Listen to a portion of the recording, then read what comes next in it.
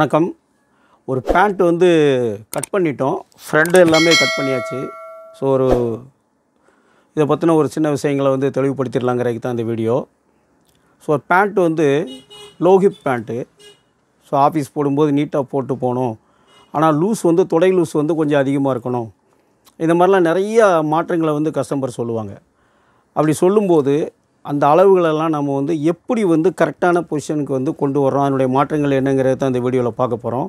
So ஃபோர்க்கு plus circle இந்த ரெண்டையும் மையமாக வச்சு ஒரு பேண்ட்டை கட் பண்ணும்போது அது எப்படி வரும் அப்படிங்கிறத தான் இதில் பார்க்க போகிறோம். ஃப்ரண்ட்டு கட் பண்ணிட்டோம். ஸோ பேக் இன்னும் கட் பண்ணல, மார்க்கிங் பண்ணியிருக்கு. எப்படின்னு பார்ப்போம். இப்போ இந்த பேண்ட்டில் வந்து ஃபோர்க்கு வந்து 10.5 இன்ச்சு ஃபோர்க்கு. இப்போ சர்க்கிள் வந்து 25.5 இன்ச்சு அளவெடுத்து வச்சுருக்கிறாங்க. சர்க்கிள் வந்து 25.5 இன்ச்சு அளவெடுத்து வச்சுருக்காங்க.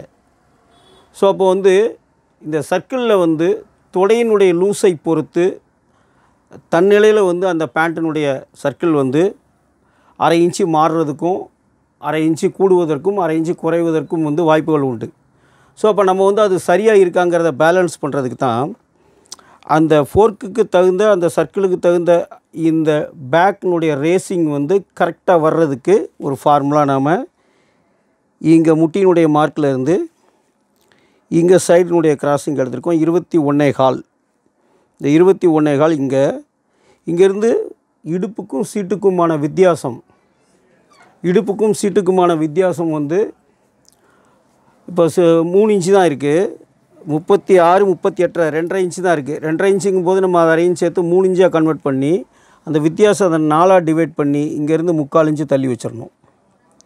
ஸோ இந்த இடத்துக்கு நேராக வந்து இந்த கிராஸ் எப்படி இங்கே வந்ததோ அதே மாதிரி அந்த கிராஸை இந்த ஸ்ட்ரைட்டுக்கு நேரம் எடுக்கணும். இந்த இடுப்புக்கும் சீட்டுக்குமான வித்தியாசம் இருக்கக்கூடிய இடத்துல கரெக்டாக அப்படி வச்சு இந்த ரேசிங்கை இங்கே எடுக்கணும். இந்த மார்க்கை இங்கே எடுத்துடணும்.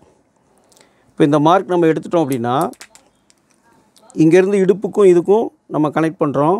ஸோ அப்போது இந்த லென்த்து எவ்வளோ வரணும் அப்படிங்கும்போது இங்கே இந்த கிராஸில் இருந்து 21.25 அந்த 21.25 இங்கே கரெக்டாக வச்சிட்டோம். இந்த 21.25 நமக்கு தேவையான சர்க்கிள் இருக்கா இதை செக் பண்ணணும். 25.5 இன்ச்சு நம்ம எடுத்துருக்கோம். ஸோ இப்போது ஃப்ரண்ட்டில் வந்து ஃபோர்க்கு வந்து 10.5 இன்ச்சு.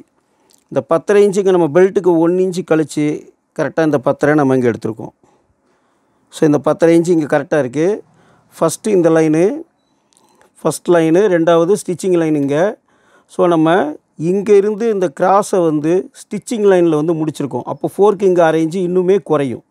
ஸோ அப்போது சீட்டு வந்து லோகிப்புங்கிறதுனால இடுப்பினுடைய அளவு அதிகமாக காட்டுது. சீட்டுக்கு இடுப்புக்கு உள்ள வித்தியாசம் கம்மியாக காட்டுற மாதிரி இருக்கும். பட் ஆனால் உங்களுக்கு வந்து இடுப்பு மேலே நார்மல் இடுப்பில் மேலே போட்டால் வந்து இந்த சீட்டோட வித்தியாசம் இன்னும் கூடும். பட் அதனால் கம்மியாக தெரியுது. அப்போது 36 இன்ச்சு சீட்டு 26.5 இன்ச்சு தொடர் லூஸ் கேட்டிருக்காங்க. இப்போ நம்ம இங்கே என்ன பண்ணியிருக்கோம், இங்கேருந்து கட்டிங்கில் வந்து ஒரு 1/4 இன்ச்சு குறைஞ்சிருக்கோம். 9.5 + 1 10.5. இப்போ இந்த 10.5 இன்ச்சு நம்ம இங்கேருந்து வச்சுருக்கோம். இந்த 10.5க்கு இந்த பக்கம் வந்து தொடையினுடைய லூஸை கணக்கு பண்ணி 13.25க்கு 1/4 இன்ச்சு குறைச்சி 13 வச்சு கட்டிங்கில் வச்சோம். ஸோ இந்த சைடு ஷேப்பில் வந்து ஒரு 1/4 இன்ச்சு போயிருக்கும். அப்போது மீதி இருக்கிற அளவு வந்து ஃபோர்க்காக அப்படியே வச்சிட்றோம். இங்கே இந்த ஃபோர்க்கினுடைய அளவு வந்து பார்த்திங்கன்னா 2.25 இன்ச்சு 1 பாயிண்ட் வரைக்கும் இந்த ஃபோர்க்கு வந்துடும். ஸோ இப்போது இந்த ஃபோர்க்கினுடைய அளவை நாம் அதிகப்படுத்தியிருக்கோம். இப்போ பேண்ட்டு லோ ஹிப்பு இங்கே வந்து ஃபோர்க்கு கம்மியாக இருக்குது. அப்போ இந்த டிஸ்டன்ஸ் வந்து இறங்கிருச்சு அப்படின்னா பேண்ட்டு தொங்கிரும். ஆனால் அதே டயத்தில் சர்க்கிள் கரெக்டாக வரணும் அப்படின்னா இந்த ரவுண்டு இந்த ஃபோர்க்கினுடைய ஃப்ரண்டோட டூமோட அளவு நமக்கு தேவையான அளவு இருந்தால் மட்டுமே அந்த சர்க்கிளில் போய் அது கரெக்டாக சீட்டிங் ஆகும். இப்போது இங்கே வந்து ஃப்ரண்ட்டில் ஃபோர்க்கு எவ்வளோ வந்திருக்கு அப்படின்னு பார்த்தா இப்போ இங்கேருந்து பார்க்கும்போது பார்த்திங்கன்னா 9 இன்ச்சு தான் வந்து இந்த ஃபோர்க்கு வந்து கிடச்சிருக்கும். ஆனால் ஃபோர்க்கினுடைய அளவு வந்து 10.5 இன்ச்சு நம்ம எடுத்திருப்போம். ஆனால் அந்த 10.5 இங்கே வந்து சைடில் பார்த்தா இந்த 10.5 இன்ச்சு இங்கே இருக்கும். ஆனால் ஃப்ரண்ட்டில் வந்து பார்த்திங்க அப்படின்னா நம்ம இங்கேருந்து பார்க்கும்போது இந்த 1 இன்ச்சு கழிச்சு இங்கே பார்த்தோம்னா 1/2 இன்ச்சு குறைஞ்சிருக்கும். 10 இன்ச்சு தான் இருக்கும். ஸோ 1/2 இன்ச்சு கம்மியாக இருக்கும். அப்போ இந்த 1/2 இன்ச்சு நமக்கு இங்கே கிடைக்கும். இப்போ இங்கேருந்து இந்த சர்க்கிளினுடைய அளவுக்கு பார்த்தோம் அப்படின்னா இப்போ இது ஸ்டிச்சிங் சைடில் ஸ்டிச்சிங் மார்க்கெலாம் போட்டிருக்கோம். இந்த ஃபோர்க் தைக்கக்கூடிய தையல்லே இப்படி பார்த்தீங்க அப்படின்னா இப்போ இப்போ கரெக்டாக வந்து 10.25 நமக்கு இந்த ஃபோர்க்கு வந்து 10.25 கிடைக்கும். மேலே பெல்ட்டுக்கு இங்கே ஜாயின் பண்ணுற ஸ்டிச்சிங் கழிச்சிடும், 10.25 ரெடி கிடைக்கும். இப்போ அப்படியே வந்து இங்கேருந்து இந்த 10.25 இங்கே சைடில் தையல் போடுற இடம் ரெடி. இந்த 10.25 இங்கே வச்சு இந்த சர்க்கிள் அளந்தோம் அப்படின்னா இப்போ தேவையான ரேசிங் வந்து கிடைக்கான்னு பார்க்கணும். இப்போது நம்மளுக்கு 25.5 இன்ச்சு சர்க்கிள் கரெக்டாக வந்து இங்கேருந்து பெல்ட்டு 1.5 இன்ச்சு ஆட் ஆகும். அப்போ 24.5 முடியும். 25.5 போது கரெக்டாக வந்து 26 இன்ச்சு நம்மளுக்கு வந்து ஃபோர்க்கு வந்து நமக்கு சர்க்கிள் வந்து ஸ்டிச்சிங் ஃபினிஷிங்கில் 26 இன்ச்சு கிடைக்கும். ஆனால் அளவெடுத்தது வந்து 25.5 தான் எடுத்திருக்காங்க. ஸோ இந்த அரை இன்ச்சு வந்து அளவெடுக்கிறதுலையும் அந்த ஷார்ட்டேஜுகள் வர்றதுலையும் இருக்கும். அப்படிங்கிறதுனால தான் இந்த ஃபார்முலாவை நம்ம பயன்படுத்துகிறோம். அந்த பேண்ட்டுக்கு என்ன தேவையோ அந்த ரேசிங் வந்து இந்த பேலன்ஸை எடுத்தீங்க அப்படின்னா உங்களுக்கு வந்து கரெக்டாக வந்து கிடச்சிரும். ஸோ இப்போ இந்த பேண்ட்டுக்கு தேவையான சர்க்கிள் கிடச்சிருச்சு. அளவு எடுத்ததை விட அரை இன்ச்சு அதிகமாக இருக்குது. ஸோ ஃபோர்க் அளவு எடுக்கிறதுலையும் நம்ம ரைசிங் அளவு எடுக்கிறதுலையும் ஒருவேளை வந்து நாம் பண்ணுற மிஸ்டேக்கை கூட இந்த ஃபார்முலா வந்து சரி செஞ்சிடும். ஸோ அப்போ இதை ஃபாலோ பண்ணணும். ரெண்டாவது, இந்த கிராஸ் ஆங்கிள் இங்கேருந்து எடுக்கிறீங்க. இப்போ இந்த இடத்த எப்படி தீர்மானிக்கிறோம்? ரொம்ப அக்யூரேட்டாக நம்ம இந்த இடத்த பார்க்கணும் அப்படின்னா இங்கேருந்து ஃப்ரண்ட்டினுடைய கட்டிங், ஃப்ரண்ட்டோட கட்டிங் இங்கே என்ன இருக்கோ இந்த ஃப்ரண்ட்டோட சைடு எவ்வளோ இருக்குதுன்னு சொல்ல அப்படியே அளந்து பார்த்துருங்க. இங்கேருந்து அளந்து பார்த்தோம் அப்படின்னா 20.25 இருக்குது. ஸோ இப்போ நாம் இந்த பாடியினுடைய ஷேப்பை வந்து கரெக்டாக வந்து ஒரு உடம்பு தன்மை என்ன இருக்கோ அதை அப்படியே வந்து நம்ம கட்டிங்கில் கொண்டு வரணும்.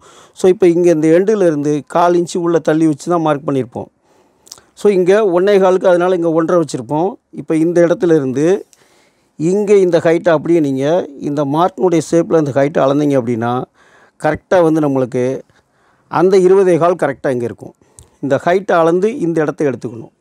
அப்படி எடுத்துட்டோம்னா சைடு ஜாயின் பண்ணும்போது, டெய்லர் ஜாயின் பண்ணும்போது வித்தியாசம் முன்பின் வந்து வித்தியாசம் வராது. ஸோ அப்போ சர்க்கிளினுடைய அளவும் சரியாக இருக்கும். சைடினுடைய ஜாயின் பண்ணும்போதும் முன்பின் வராது. ஃபஸ்ட்டு நம்ம கட்டிங் பண்ணும்போதே இது எல்லாத்தையுமே பார்த்துட்டோம் அப்படின்னா பேண்ட் வந்து ஃபிட்டிங் வந்து சூப்பராக இருக்கும். இப்போ ஒரு பேண்ட்டு கட்டிங் பண்ணும்போது இந்த பேண்ட்டை வந்து என்ன ஃபார்முலாவில் நம்ம கட் பண்ணுறோம்? ஏன்னா பேண்ட் வெட்டுறதுக்கு வந்து 2-3 ஃபார்முலாக்கள் உண்டு. ஸோ நம்ம வந்து பேசிக்காக வந்து 2 ஃபார்முலா. ஒன்று, நம்ம டெய்லரிங் மேடில் வந்து அந்தந்த கணக்கியல்களை வைத்து நாம் வெட்டக்கூடிய ஒரு ஃபார்முலா.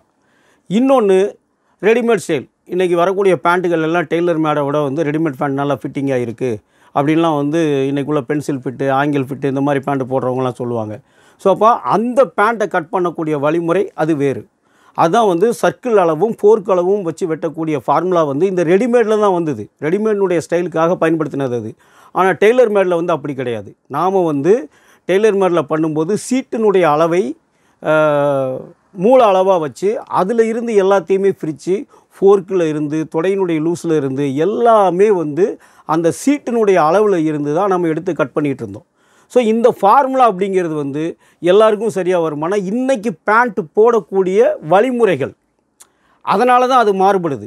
ஆனால் முன்னாடிலாம் அப்படி கிடையாது. 10-20 ஆண்டுகளுக்கு முன்னாடிலாம் வந்து பார்த்தீங்க அப்படின்னா பேண்ட்டு அப்படிங்கிறது வந்து அந்த ஃபார்முலா படி நம்ம என்ன பண்ணி கொடுக்குறோமோ அந்த பேண்ட்டு கஸ்டமருக்கு கரெக்டாக இருக்கும். அப்படி போட்டுட்டு இருந்தாங்க. ஆனால் இன்றைக்கி அப்படி இல்லை. ரெடிமேட்னுடைய வரவுகள் வந்து அதிகமானோடனே நிறைய மாற்றங்கள். ஸோ அப்போ அந்த மாற்றத்துக்கு தகுந்த மாதிரி வந்து நாம் வந்து மாறணும். ஸோ அப்போ அந்த வழிமுறைகள் வந்து என்ன பண்ணியிருக்காங்க, கஸ்டமருடைய எதிர்பார்ப்புக்கு இங்கே என்னென்ன மாற்றங்கள் பண்ணணும் அப்படிங்கிறதெல்லாம் ரொம்ப தெளிவாக நம்ம புரிஞ்சால் மட்டுமே தான் கஸ்டமரை வந்து சாட்டிஸ்ஃபைடு பண்ண முடியும். இன்றைக்கி தச்சு தான் போடணும் அப்படின்னு சொல்லி வரக்கூடியவங்க வந்து நிறைய பேர். ஸோ அதை நாம் தான் பயன்படுத்தாமல் இருக்கோம். அப்படிப்பட்ட நுட்பமான வழிமுறைகளை வந்து நம்ம வகுப்புகளில் வந்து கற்றுக் கொடுக்குறோம்.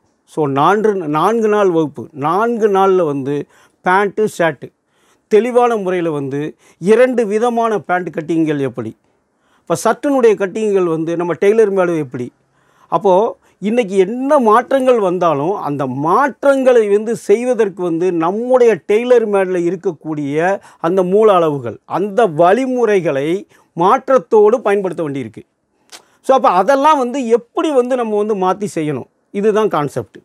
இப்படிப்பட்ட அத்தனை நுட்பங்களையும் 4 நாளில் வந்து குறைந்தபட்சம் ஸோ மிக தெளிவாக நம்ம வேலை செய்யக்கூடிய அளவுக்கு வந்து நம்ம கற்றுக் கொடுத்துட்ருக்குறோம். ஸோ 4 நாள் வகுப்பு வந்து இந்த இன்னும் 1 வீக்கில் வந்து ஸ்டார்ட் ஆகுது. 4 நாள் வகுப்புக்கு முன்பதிவு செய்து வகுப்பில் கலந்து கொண்டு பயன்பெறுங்கள். 1 நாள் இலவச வகுப்பு பெண்கள் உடைக்கான ஒரு நாள் இலவச வகுப்பு.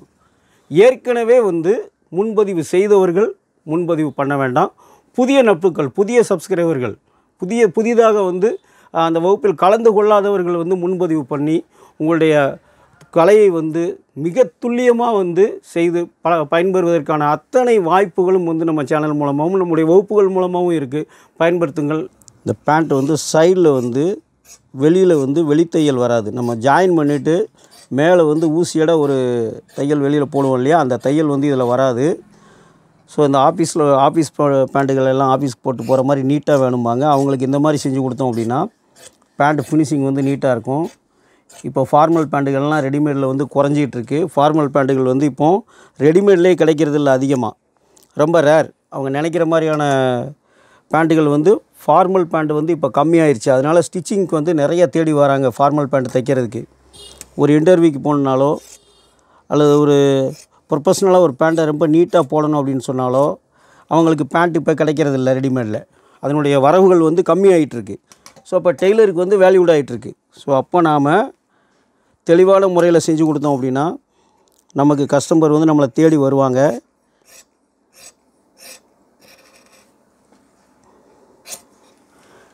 டெய்லர் ஸ்டிச் பண்ணும்போது வந்து நாம் கட்டிங் பண்ண எந்த அளவுமே மாறாது. அதுக்காண்டி தான் இந்த மாதிரி வந்து கரெக்டாக மார்க் பண்ணி எல்லாமே கட் பண்ணுறோம்.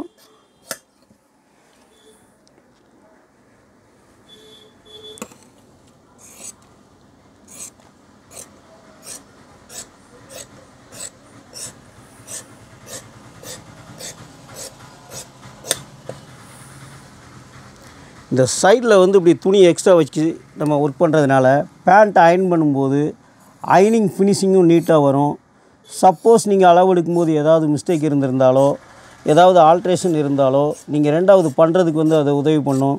ரெண்டாவது கஸ்டமர் வந்து பேண்ட்டை வந்து வாஷ் பண்ணதுக்கப்புறம் அயர்ன் பண்ணுவாங்க பாருங்கள். ரெண்டாவது லாண்ட்ரியில் கொடுப்பாங்க. அப்போ வந்து நாம் அயர்ன் பண்ண மாதிரி அவங்க அயர்ன் பண்ண மாட்டாங்க. அப்போ நாம் இந்த துணியை வச்சு நாம் முதல்ல நல்லா அயர்ன் பண்ணி கொடுத்துட்டோம் அப்படின்னா ரெண்டாவது அவங்க அயர்ன் பண்ணும்போதும் இந்த மாதிரி பண்ணும்போது நீட்டாக இருக்கும்.